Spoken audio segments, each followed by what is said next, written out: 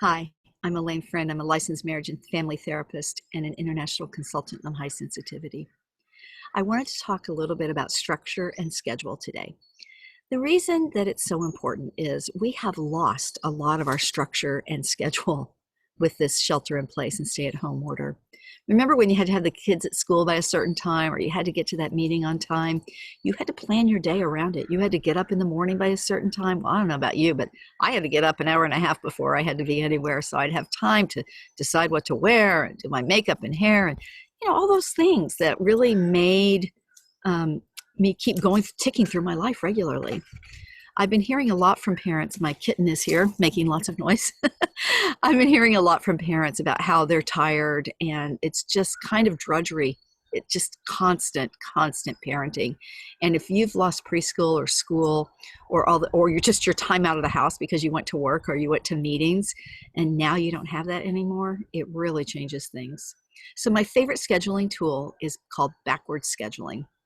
I use it for myself, but I also really recommend parents use it for children and teens. We train teens to do it. So backwards scheduling means what's happening the next morning.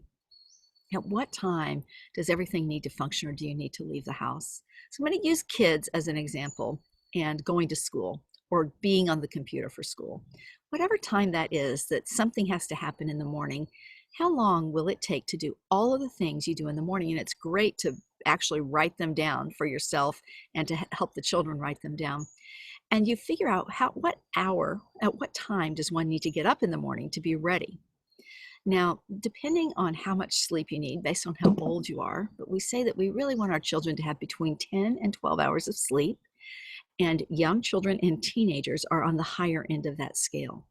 So we go backwards. So say you need to get up at 7 in order to be ready to be on the computer for school at 8:30 or at that meeting or whatever it is. Then you go back. And if your child needs 12 hours of sleep, then they need to be asleep by 7 p.m. You see how that works? Now, let's keep going backwards. And for me, I really do want to have 7 or 8 hours of sleep. So I generally get up around 6. So I need to have everything done and be unwound by 10 p.m.